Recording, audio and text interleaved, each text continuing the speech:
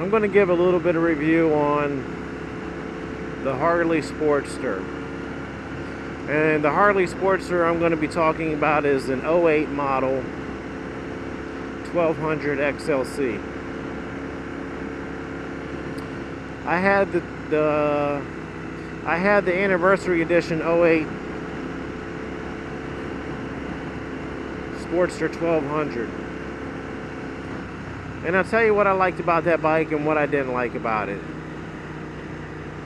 What I did like about it, the sound was beautiful. It had Cycle Shack slip-ons and it was really fucking loud. But it sounded beautiful. It was beauty. It was a beauty. And it was two-tone, copper and black. It had lots of chrome on it. It was really reliable. But I got sick of it after about a month. After about a month of having it. And it wasn't the Sportster with the peanut tank. It had the full tank. I think it was like 4.5 gallons or something like that. But it was a really nice looking bike. But the handling, the steering was pretty tough on it. And I did not like the brakes one bit. I mean, those fucking things, I had them lock up on me a couple times under just normal braking. I didn't fucking squeeze it quick. I was just doing normal braking. I had the fucking front and rear lock up on me a couple times. So that really turned me off on that bike. I mean, I don't know, I heard Harleys have pretty shitty brakes. I mean, but that was an '08 model, you know what I mean? It should have been up to par by then. But when I got the '08 model because it was fuel injected. And I liked the look of it. And I don't know, I think like the Sportsters are some of the best sounding bikes on the road today, man. So, the Sportster 1200. It's a great bike if you want to ride around the city. Really great for riding around the city. But on the highway, it just wasn't the machine. It always sounded like it was going to blow, like it was fucking maxed out. I mean, you know, you're doing 80 miles an hour to keep up with the traffic here. I mean, don't get me wrong, it didn't have a problem doing it and staying at that speed, but it just wasn't comfortable riding at that speed for extended periods. So I got to give the Sportster a thumbs down for anybody that really does a lot of highway commuting, because that's how I use the bike, as a commuter. And on the highway, it wasn't the proper machine. But around town, it was great. I mean, it got really good gas mileage. And it handled good around town. But it did have, you know, the handling is kind of clunky. That's all I could say about it. Didn't like the seat on it at all. But I can't gripe about the seat because I have never sat on any motorcycle that had a seat from the factory that I've been enthusiastic about. It's never happened for me. So,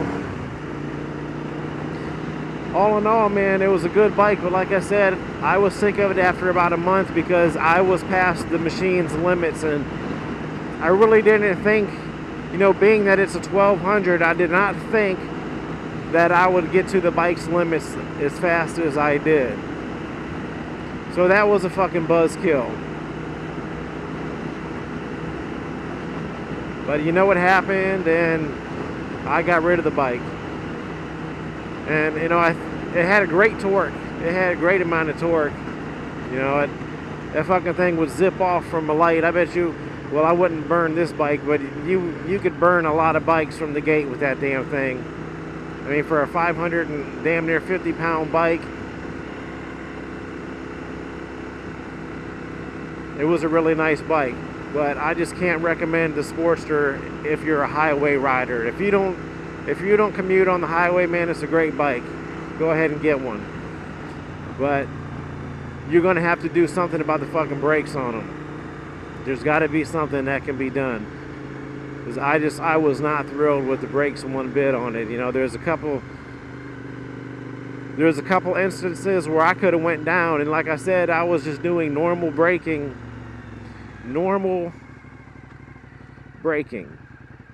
I did not fucking grab it. I did not slam on it. It was just normal braking, and fucking locked up on me a couple times. Probably 3 times that I can recall. But okay, that's my bitching about the Sportster. Enough of that shit. Let's talk about some great things about the Sportster. The reliability. It was a reliable machine. It was fuel injected. The fit and finish on it, second to none. I don't give a fuck what anybody says, man. To me, Harley has like the best paint in the industry and like the best chrome in the industry, and I love that about them. I really do. So back on the Sportster.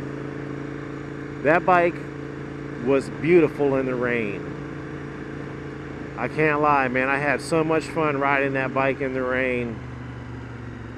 So much fun. So much fun in the rain. I mean, it handled great in the rain. And I tell you one thing, like, I didn't have one fucking problem with the brakes in the rain. I don't fucking understand that. Like, you know, why it would suck in the dry and be perfect in the rain. But I did a lot of rain riding on that bike, and I never had a problem in the rain with the brakes. And, you know, the funny thing is, like, I never felt unsafe or unconfident in the rain on that bike. It always made me feel confident. So, I mean, I loved it for rain riding. You know, if I had another one, that's how I probably would use it. I know people are going to hate to fucking hear me say that, but that's how I would ride it, man. It was a perfect bike in the rain. I mean, I rode that thing through fucking serious downpours with just no fucking problems whatsoever. So it was great for that. Like I said, it was reliable. The fit and finish was beautiful, and there was no fucking problem. The maintenance was easy to do. The maintenance was really easy to do. I had no fucking issues with it. One thing is, like, the maintenance wasn't fucking cheap, but it was easy. But yeah, man, it was, you know, it's a toss-up. It just wasn't the bike for me. You know, the Street Glide is the Harley for me. I know that. The Street Glide is the one that I will end up with. I tried out the Wide Glide. I really didn't dig it, although it was pretty nice. And I figured maybe the Street Bob would work. And it wasn't my cup of tea, man. Although it was definitely, I think the Street Bob is what the fucking Sportster should have been.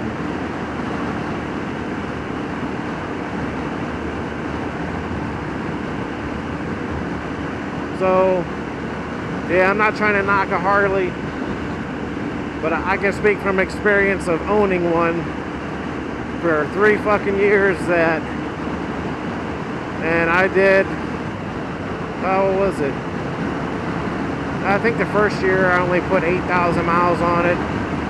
I did 9,000 the second year, and then I didn't do a lot the third year with it because I was just fucking over it and wanted to get another bike.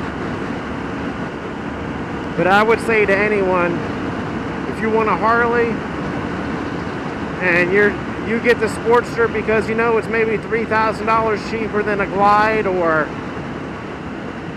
a Street Bob or a Super Glide, well then you're just not going to be overly happy with it. Maybe I'm wrong. Maybe I expect more out of a machine, but I would say that if you're looking at the Sportster, don't do it, man. Go ahead and get you like a Street Bob or like the Wide Glide or the Super Glide. you would be happy with those bikes. I could commute on those. I definitely could commute on them. But I have so much more fun on a sport bike, and you know, I'm just the kind of guy where I like to have fun. You know, I had some fun on the Harley, but it was just nowhere near as fun. But the problem is, you don't want to have too much fun every single time you ride. I mean, ultimately, I think anybody that's serious about riding would want a cruiser type bike, would also want a sport type bike.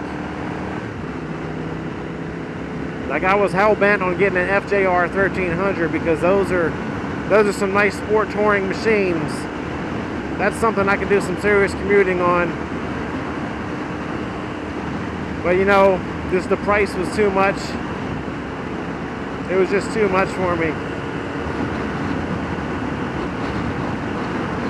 So, I mean, damn. I noticed listening to my vlogs that I have a habit of saying I mean. I don't know, I guess that's just where we came from. I mean, you know.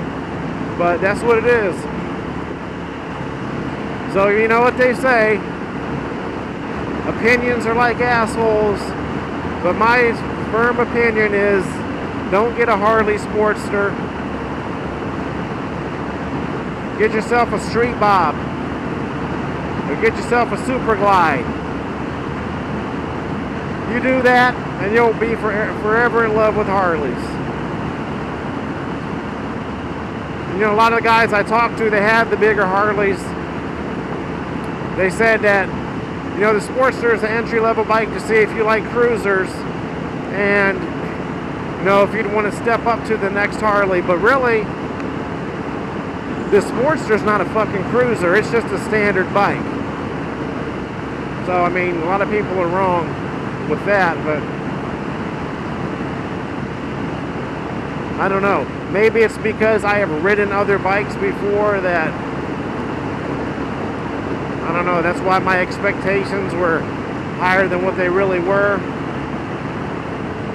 But like I say, man, I can't hate on the bike. And if I had to do it all over again, I would spend a couple grand more and would have either got the Street Bob or like the Super Glide. That's what I would have been more comfortable with.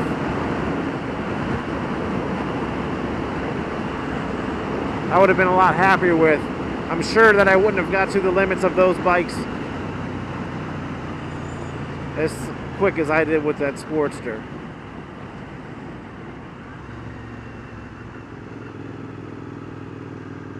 For me, there's two things that would make the Sportster a really top-notch bike, and that would be better steering and a sixth gear. But see, that's where the Street Bob comes into play.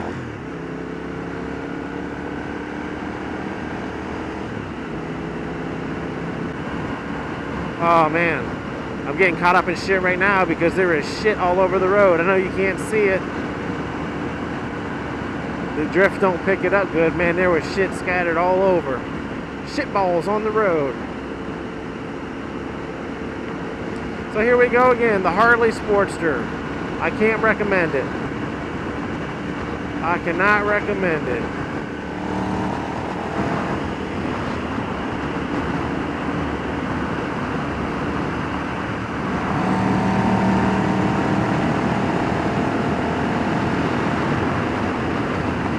In honor of the last American hero to whom speed means freedom of the soul. The question is not when it's gonna stop, but who is gonna stop